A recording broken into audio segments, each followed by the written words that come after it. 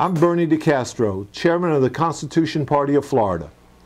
On July 4, 2011, 230 years after the Declaration of Independence and 224 years from the signing of the U.S. Constitution, the greatest political document ever conceived, Time magazine's cover showed a photo of the U.S. Constitution that had been shredded and asked the question, does it still matter? Today, I want to talk to you about one of the most dangerous threats to the U.S. Constitution and America's sovereignty. It's called Agenda 21, otherwise known as Sustainable Development. There was a time when some could dismiss Agenda 21 as the ravings of a conspiratorial nut job, but there is now so much credible evidence on this blatant threat to America's sovereignty that it can no longer be denied.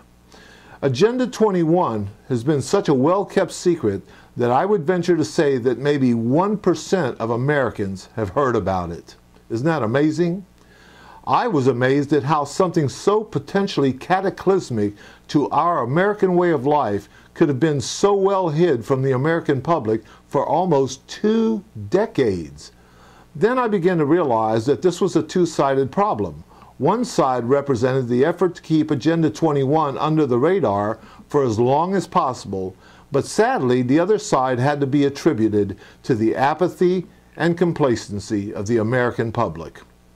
While we were busy chasing the almighty dollar in pursuit of the American dream, interspersed with our insatiable need to be entertained, Agenda 21's diabolical scheme was stealthily and rapidly being deployed by the United Nations and the elite internationalists.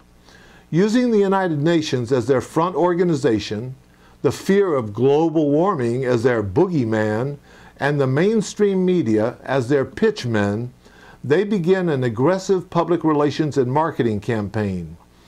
Agenda 21 was sold to an unsuspecting, uninformed, and gullible public under the guise of benign-sounding phrases such as environmental initiatives, smart growth, social justice, livable communities, public-private partnerships, etc. Here's a quote from J. Gary Lawrence, a planner for the city of Seattle, Washington. Participation in a UN-advocated planning process would very likely bring out many who would actively work to defeat any elected official undertaking local Agenda 21. So, we will call our process something else, such as comprehensive planning, or growth management, or smart growth.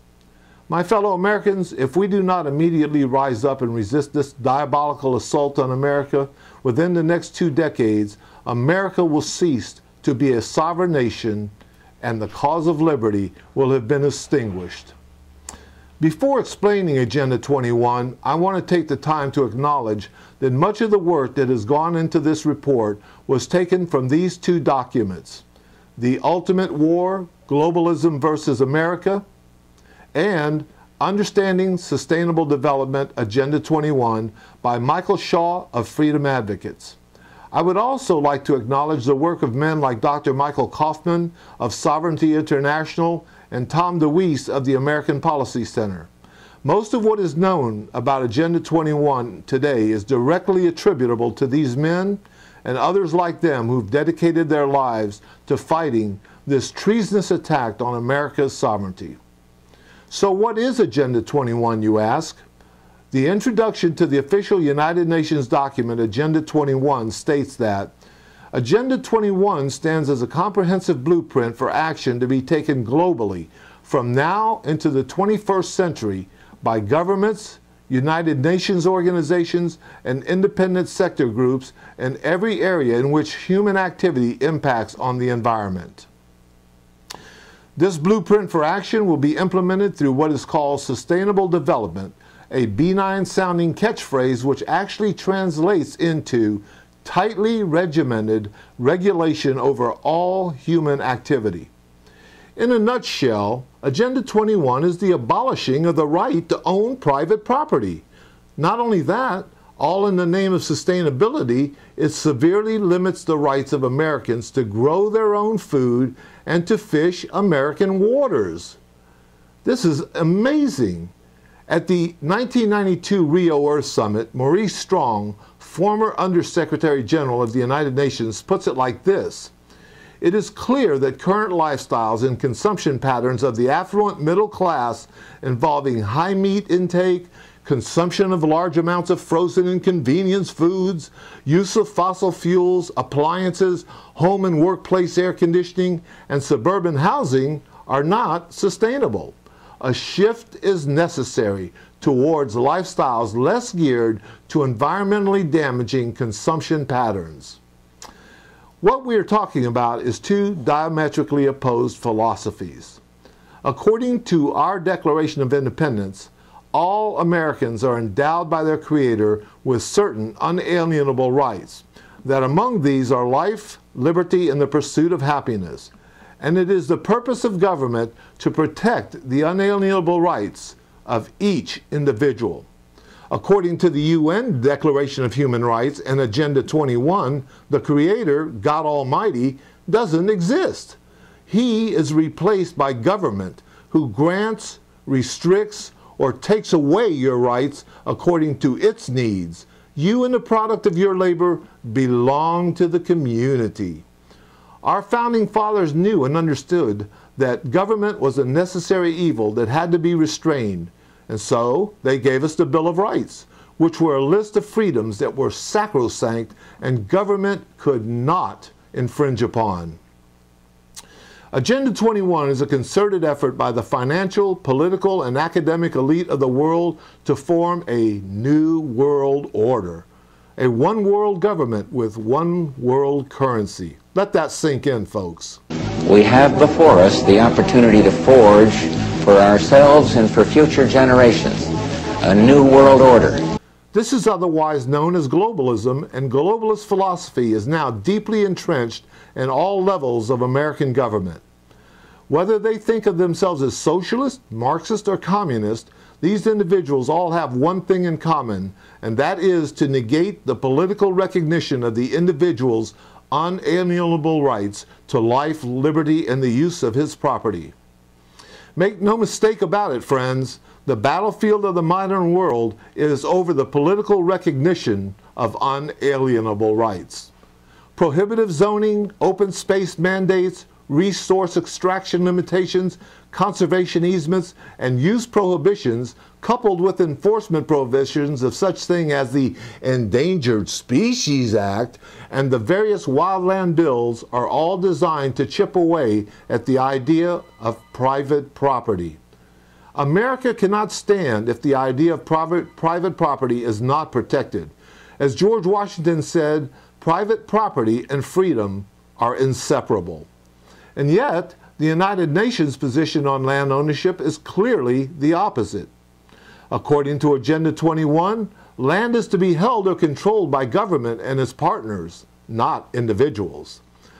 Through the formation of the United Nations, the World Bank, the World Trade Organization, and the Bank of International Settlements, working in conjunction with nefarious international organizations such as the Trilateral Commission, the Council on Foreign Relations, and the Bilderbergs, an infrastructure for centralized world government has been established. We are now within the grasp of the global governance. I did not vote for Obama, and I'm no fan of his, but make no mistake about it, anyone who thinks Obama is calling the shots is seriously deluded. Obama is simply their puppet, just as the last four presidents have been in regards to Agenda 21.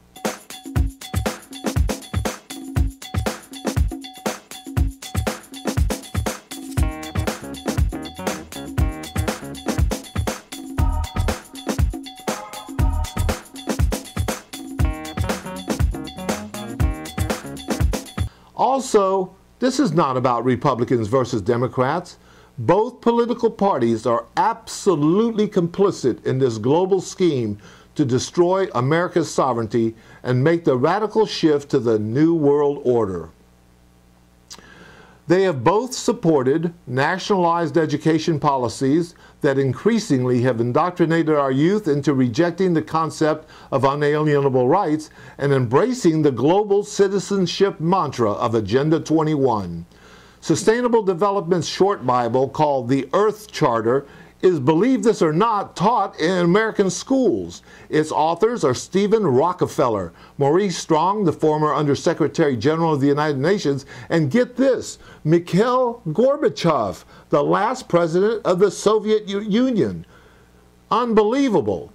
Each of the authors has proclaimed that the Earth Charter is to replace the Ten Commandments.